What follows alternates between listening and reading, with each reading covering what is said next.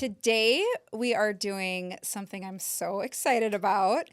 Realtor confessions and realtor icks. Right. I Yeah, love this I one, do too. and I could not have a better co-host for this one than our lovely Lisa Rudisell. Well, thank you. And to be totally clear, it is not those kind of confessions. Being in the dating world, I often get asked, "Oh, have you ever in a listing?" And we're here to tell you, absolutely not. Never and never would. Same. I was married when I got my real estate license, but yes. No, it's I not worth the risk. We'll just say that. And it's not that and honestly, sexy. I It's haven't gross. heard of. I mean, I've seen it on TV, but Well, in because, reality, right. I mean, They're being I'm sure, influenced by I'm outside sure it sources. happens, but that's not Not what we're with talking us, not about. at the Westhoff Group. Okay, so before we start our realtor confessions, let's do a would you rather question. All right, Jeremy. Would you rather only be able to speak at a whisper or a shout for the rest of your life? Ooh, have to think about that one. We'll answer that at the end. Let's start with a more PG one. Lisa, give us a realtor confession. This story stems from a listing I had in Old Town. I met with the seller. This was a really very nice architect renovated condo that was absolutely stunning. It was a very high end condo. The issue is the neighbor downstairs was a smoker. My client was not a smoker. My client would never dare do that in their house. But because that neighbor smoked, you could smell it from time to time coming up through the condo. Oh, that's the worst. Yeah. So when we first talked, I'm like, oh, like, it's like you want to say something, but at the same time, it kind of speaks for itself. He had ways that he would keep it just so he could enjoy the house. He would, air it out. He would light candles, whatnot. So he's like, can we just proceed with me like living the way I live? And I'm like, okay, well, I think people are going to smell it, but we'll give it our best shot. So we have it on the market. I'm not kidding you. Nobody noticed it. Now, I'm sure it was some of his mitigation efforts before, but nonetheless, no one would ever notice it. So it takes a little bit to sell. It's a different market. It's not the market we're in now. And we finally get an offer, and it's a great offer. I present it to him. He's like, let's take it. We had spoken really late that night. I went to bed that night, and it was like literally The Telltale Heart by Edgar Allan Poe.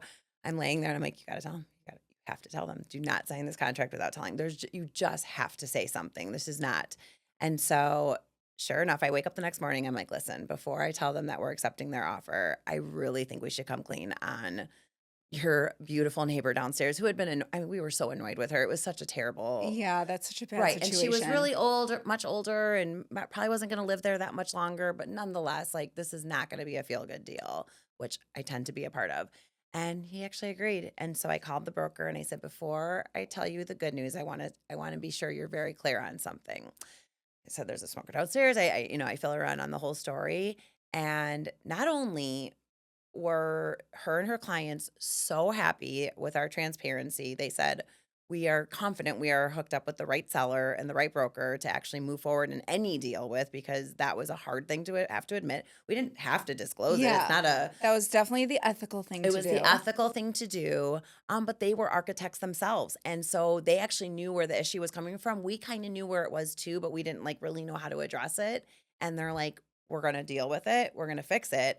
And we love you. And I've actually bumped into that broker and that seller multiple times, and they have nothing but love for us. So Oh, I love it that. was one of those where it started off where I'm like, oh my gosh, is this going to be one of those not kosher situations? But it ended up being awesome. So I like that one. That actually reminds me, not so much of a confession, but I had a listing.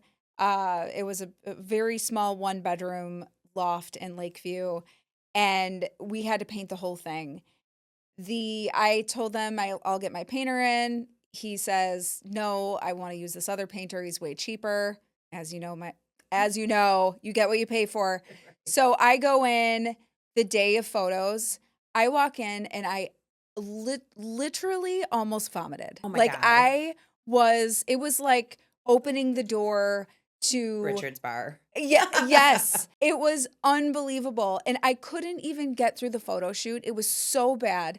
I found beer caps. Like, this painter had a full-blown He party didn't even invite and you. didn't invite me, but he was painting. So Right. it got stuck in the paint, and then Oh, no. we had to repaint the whole thing. Oh, I know. no. You It get what you was pay it was for. so bad. I have one that I call my Breaking Bad story.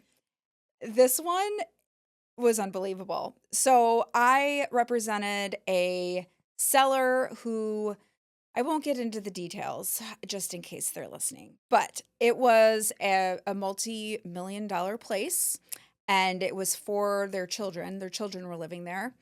And, a couple showings, we start to smell like a gas smell, like a gas leak. Okay. And so I say, hey guys, think there's a gas leak. We got to call ComEd. A couple of the buyers noticed it. So we called People's Gas 2 times. They came out twice. Both times they were like, no gas leak. And I just could not understand why I was smelling gas, and I know the smell of gas. Sure. And so time goes on. I was co-listing this with someone on our team. That team member calls me in the middle of the open house and says, I feel so sick. I have to leave. And so she left the open house, and she apparently pulled off on the road and vomited. Oh my gosh. Yes. And so then I go back there and I find a pantry full of like all of this weird stuff. Like, I don't even remember what it was, but it was just like a surplus of all these weird kind of things. And I didn't even put 2 and 2 together at the time. I just kind of took a picture of it.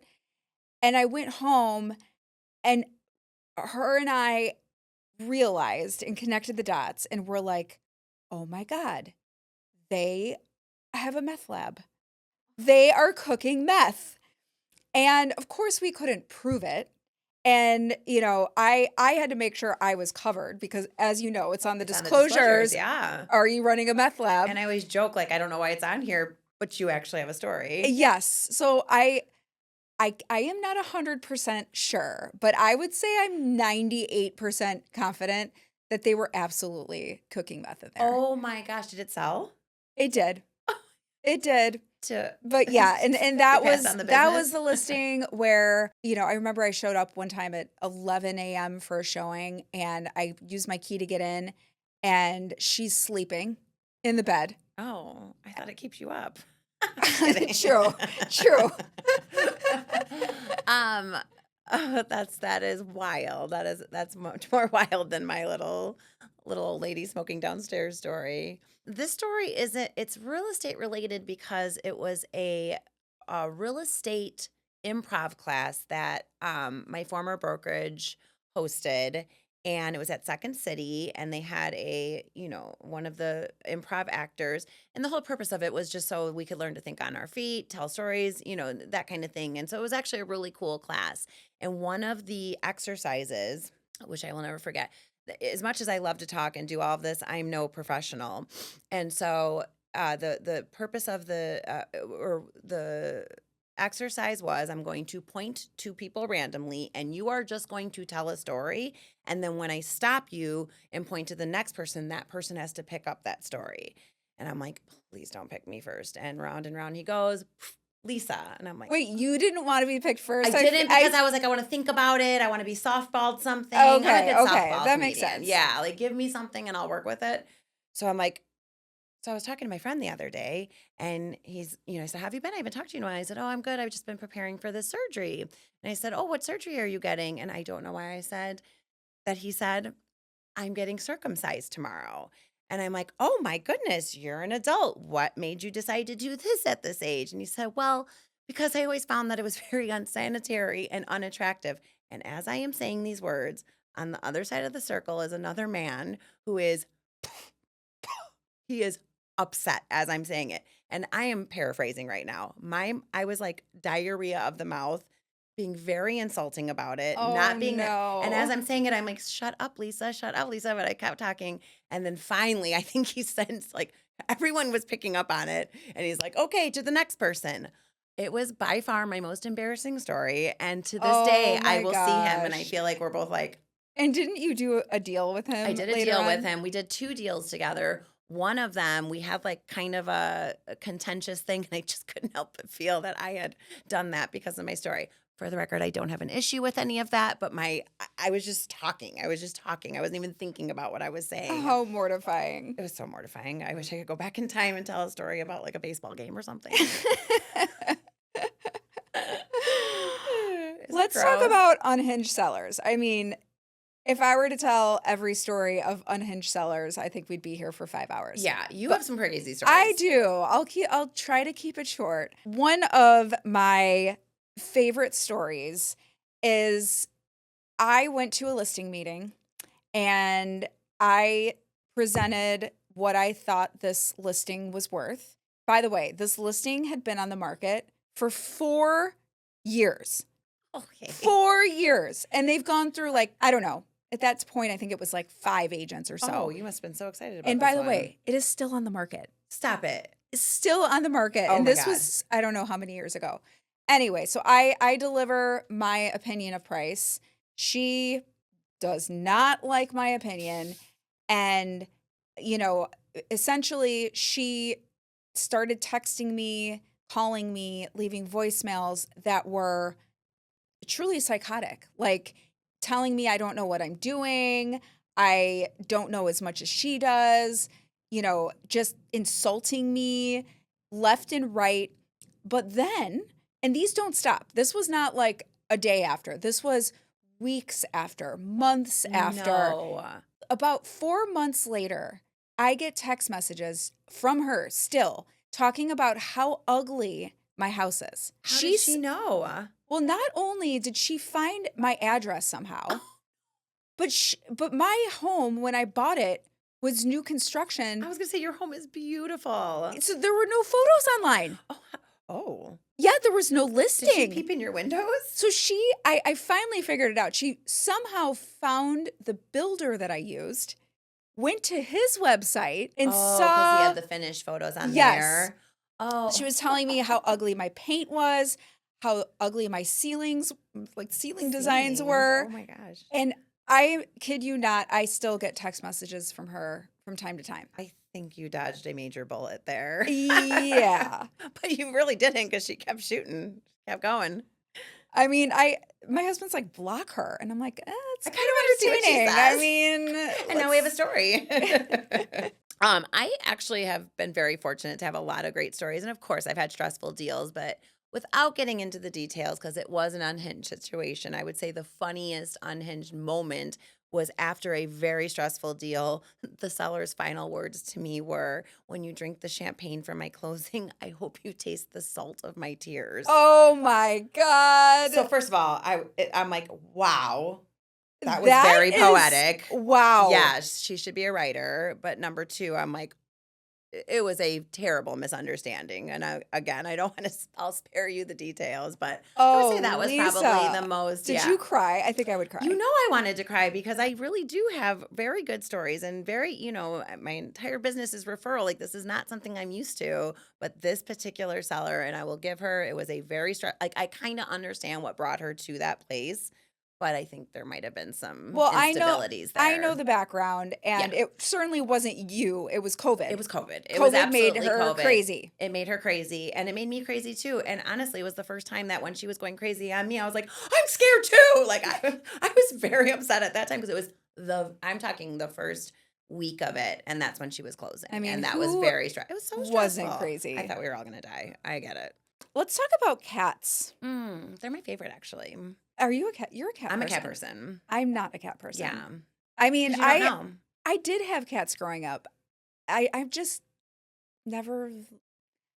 It's not that I didn't like them. It's just they're not my thing. Right. I like dogs. Right. No, that's a common thing. But as a realtor, I particularly don't like cats because I particularly don't like cats because they are often the death of a listing. Right. And they stay in the listing. Most sellers will take their dog for a walk, but you can't take a cat for a walk.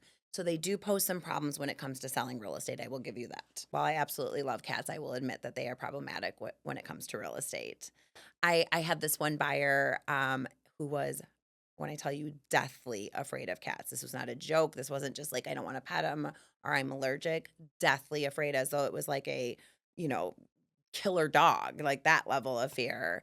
And so every listing, I had to ask every buyer's agent or listing agent, is there a cat on the premises?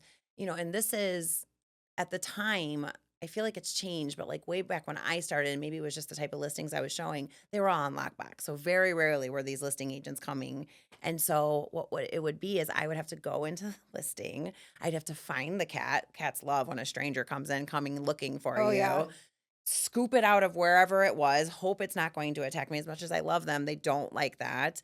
And usually put it like in the hall bathroom, like the least important space within there because it had to stay in there. And the amount of times, or like maybe I wasn't able to put it in there because it was going to escape. So we would have showings where I'm literally holding like a, Oh my God. like it's a very upset and I'm dying because I actually love this animal and my client is just a mess. So yeah, that she was very grateful to me, I will say. And in fact, brings up that story pretty much every single time I see her. Like she's like, "You're the best realtor. You corralled all those cats for me and held all those cats for me." And I'm like, I do love cats, but yes, it was very stressful. That reminds me of a story. Honestly, I think this was my first year, maybe second year in real estate. So I was pretty green, and I was doing a virtual tour for a client, and this property was on lockbox. It had said in the notes, in the showing notes, that there was a cat and just to be careful of the cat. I did not see that. And I opened the door. I don't think I left the door open, but at some point I realized the cat ran out. Oh my God, And nightmare. yes, I had to put the phone down. I was screaming, chasing this cat. I had to grab Which ham. totally works. Yeah, right. I had to grab ham from the fridge. And finally a neighbor actually had caught the cat and brought him back in. But Oh my like God, thank I wanted to die. I Oh was my like, I God. just lost like fortunately my buyer did not want to buy that property. Because they would not have wanted to work with you. No. You just reminded me, I did have a listing. These are actually friends of mine. And if they hear this, she's going to be like, "Ugh." Anyway, she's like, "Please be sure you leave the door open to the litter box for our cat." And I'm like, "Yeah, yeah, yeah." And I'm just so used to like shutting everything, making like leaving it perfect. But that wasn't perfect for them. And they got home from work and I got a pretty angry text. She's like, "You shut him out of Oh his litter box no. all day long. He is super stressed out," which broke my heart. I love this cat and all cats. As I've said, I'm Yeah, probably going to say it 10 more times. I did not do that intentionally. So, yes, the level of stress, love them to death, but they add a ton of stress. they really do. And actually, for again, want to spare you some of the details, but showing listings where tenants live there, they don't care if you sell.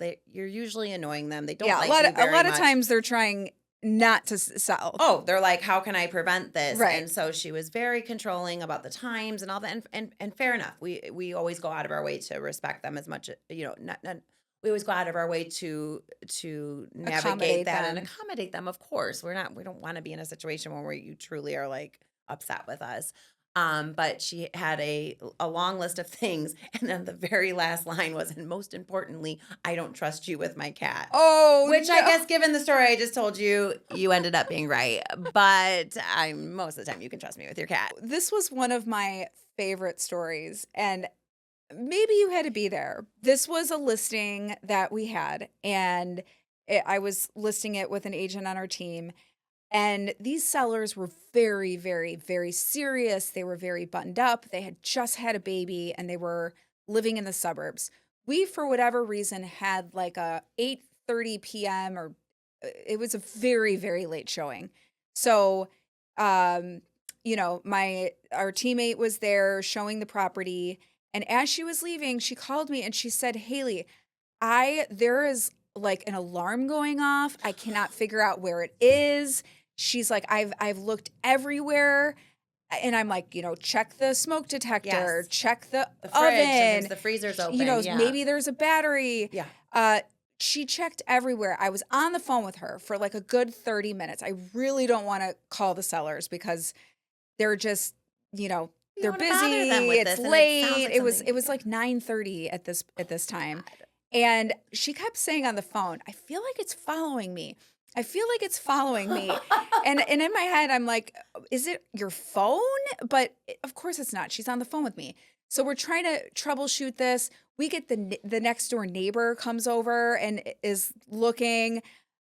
I believe we ended up calling the seller, and we're like, we can't figure it out.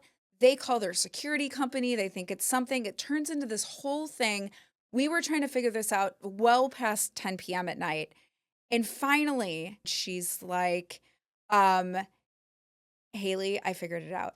It was in her coat pocket.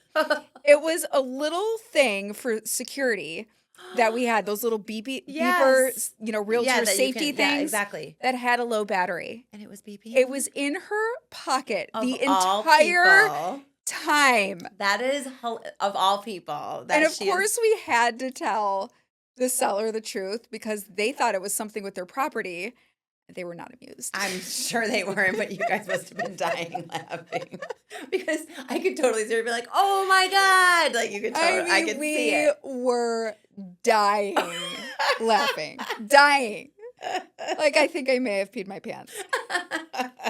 I love her. Okay, let's talk about Realtor Icks. Okay, I I like love this. these because Yes. there's so many. And we like always think of them, but I've never taken the chance. Like we had to, to compile them. And you're like, oh, there's a lot of things that ick me out. Or about as my other daughter would brokers. say, cringe. Oh, so cringe. So cringe. I would say in no particular order, but one of the first ones that came to me is a realtor who gives you a loose handshake. We are starting the off on the wrong worst. foot. It's like you're handing me your hand to hold on to for a second. Like And it's like a noodle. it's like a noodle, and I spend the entire time like flabbergasted that you don't even touch me. We don't even need to shake. But it also shows a lack of confidence, I agree. in my opinion. Honestly, sometimes though, there have actually been some brokers you would be surprised that have handed me their hand to hold on to for a second. And I'm like, are you kidding me? Or if they squeeze your hand so So hard and hard. you're like, I have a ring on. That I really literally hurts. have been injured by them, and you.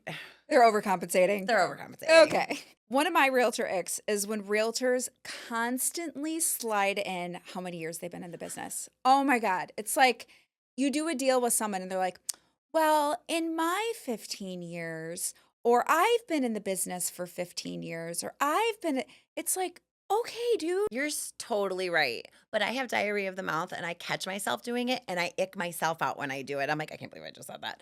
So you're totally right. That is actually because it's a moment where you feel like you have to prove what you're saying is more valid because of the years you've been working. I remember when I first started and there was a realtor I worked with who kept saying that. And I was like, I am never going to be that realtor. You're totally right. I don't do it often, but it's definitely happened. And in the back of There my are head. times where you may be working with a newer agent and you're not trying to be condescending, but you are trying to convey something that's not normal. Right. And you can say, in my 15 years, I have never seen this in a deal. So please know it's a little odd, but I'll work and see what I can do to make it happen type of thing. Yeah. You're right. And obviously we tell clients our experience because one of the first questions But they other ask realtors you. But don't other need- realtors, we yes. don't need to be doing that to each other. Exactly. I vow to stop doing that forever. Okay, Right same. now. Okay. Speaking or appending onto the loose handshake thing, when you are greeted by the broker, where as you're taking your shoes off in the foyer, they give you the entire spiel of the house. We replaced the sump pump in 2003. The roof is 10 years old. They put a new kitchen cabinet door on because they're like this. None of the stuff is even, we don't need to talk about it right now. like too much. Like and we're all like, mid shoe taking off. And then you feel like someone's talking, so you need to listen to them. So we're all one shoe on. And then when they're done, I'm like, tend to be a little annoyed because I'm icked out. And I'm like, well, why don't we go look at the house? Because and then, of course, I have to circle back and go, when was this on Pumper Place? Because I didn't remember any Right, of because that. that's not what you I was want to untying know my right when you shoe. walk into the house. Yeah, that is a very and they just can't seem to read the room. Literally, every time it happens, I look around at all my clients. I see me, and I know my face is not very. I don't have a poker face, and they never seem to pick up on the fact that they're like, "Shut up, scooch over." And Yeah, not to say you can't walk with us. I'm not saying that. It's the holding us hostage in the foyer. But that is actually one of my realtor icks, is when the listing agent is like a stage 5 clinger. You're right. And they just, I mean, I like to walk as a listing agent. I do like to walk the buyers to every floor and give them 3 points of, Yes.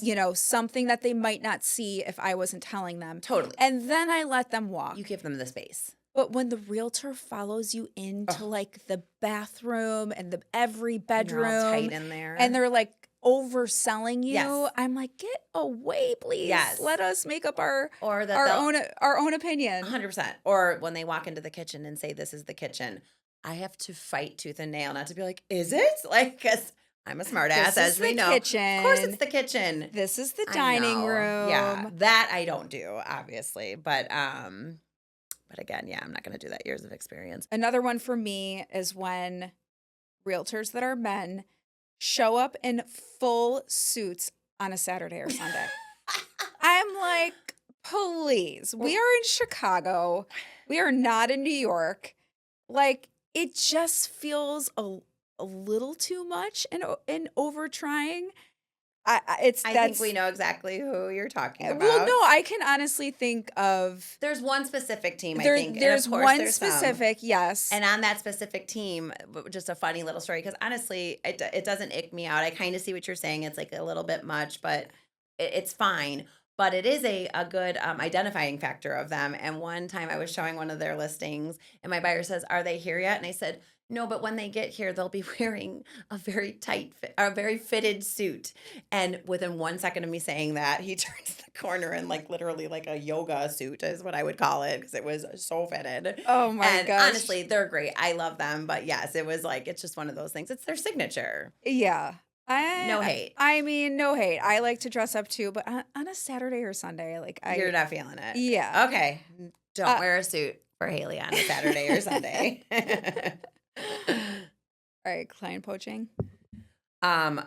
Major ick. I mean, ick isn't even the right word, but this should never happen. But at a closing table, no joke, I was representing the buyer. The listing agent was there, which is actually kind of weird because sellers don't even go. But nonetheless, she slipped her business card to my client because she lives No. in the neighborhood, and she did it very, very slyly. And I just happened to turn around, and weirdly, it's like I have a mouth on me, but sometimes those moments are so awkward that it like paralyzes you for a second. So I'm like, and my client saw that I was processing this, like, who does this? And she's like, "Girl, you're my girl for life," and literally went like that with the card. So it was like, it was so good. But if you are that broker, you should quit for life. Like, Yeah, you that is. suck. I mean, we would never do that, but to do it right in front of your face. Well, like I was like, my back was turned. I just happened to, spastically turn around. wait, let me I guess. don't want to say that. Was this in the suburbs? No, it wasn't. Surprisingly, it wasn't. It was a city broker. Because I city feel deal. those suburban agents. No, they man, can be cutthroat, right. They are cutthroat. Yes. Yeah, another ick is when buyers agents don't screen the listing for their buyers. Oh God, yes. So, you go through all this work to coordinate the showing. Your poor sellers go through sometimes hours of market prep to make it, show well. And you take an hour out of your day, you go there, and the buyer shows up and they're like, "Oh, I thought this was 2 bathrooms." Right. And it's just 1 bathroom. Oh, Like, there's no basement? it's not garage parking. And it's like, did you not Even look at the this? listing? Yeah. So that's another one for me. No, and rightfully so. And that's part of working with a good broker, is that they're going to actually do those things for you, but you've just wasted my time, your broker, A lot of people's your time. client's time, and my seller's time. Yeah, that is annoying. This isn't even an ick, because honestly, just one person did it. And to this day, I can like get aggravated just thinking of it. But I'm talking to her about another listing that I was screening, and we realized it didn't work. And she goes, "Oh, I'm changing the address." She goes, "You should check out my address on 5000 West Addison." I go, "Oh, 1500?" She goes, "No, 5000." I'm like, 5000 West Addison? She's like, "Yeah." To this day, I'm like, do people talk like that? Do we have can people call in and tell us? Does anybody say 5000 for 5000? Is it just me? There Is it a generational thing? I mean, I get it. Yeah, no, I actually no, this doesn't go in, but I'm Because because it's a lot 50 of and then 100. yeah, no, It's ridiculous. I don't think you say 5000. No. That reminds me of I once had a buyer and the listing agent had a listing that we were in contract with and it was on Diversity. And the listing agent from the second we started the transaction till the end, because I never had the guts to say something to her, Yeah. was calling it diversity. Like she was going diversity. And I was like Ugh. cringing, like diverse, and I would even say it casually in conversation, like I'm calling about diversity. like calling about diversity. Yeah. And she still didn't pick it up, like diversity. And she didn't have an accent. Like No. she was But that's very Chicago, I feel. Like it's not Chicago, but to say those vowels like that. But you know your diversity, street names, yeah. right? Yeah. Oh my gosh. All right. So let's end with our would you rather question. Let's do it. Would you rather, for the rest of your life, speak in a whisper or have to speak in a Yes. shout? Okay, well, apparently, according to my whole family, I scream when I'm on the phone. Like I apparently talk so loud. I mean, I have to go like in the back of the house and shut the door. So I think it would be really hard for me to whisper. I don't think I'm normally a loud talker, but yeah. Yeah. I'm going I would rather shout. Right. And as the girl who always talks too much on report card, also speaks loud on the phone, I have always wanted to be this soft-spoken girl and a little bit more demure. So I would 100% go whisper because I think people would like me more if I was quieter. No way. You don't No. think so? No. Are you sure?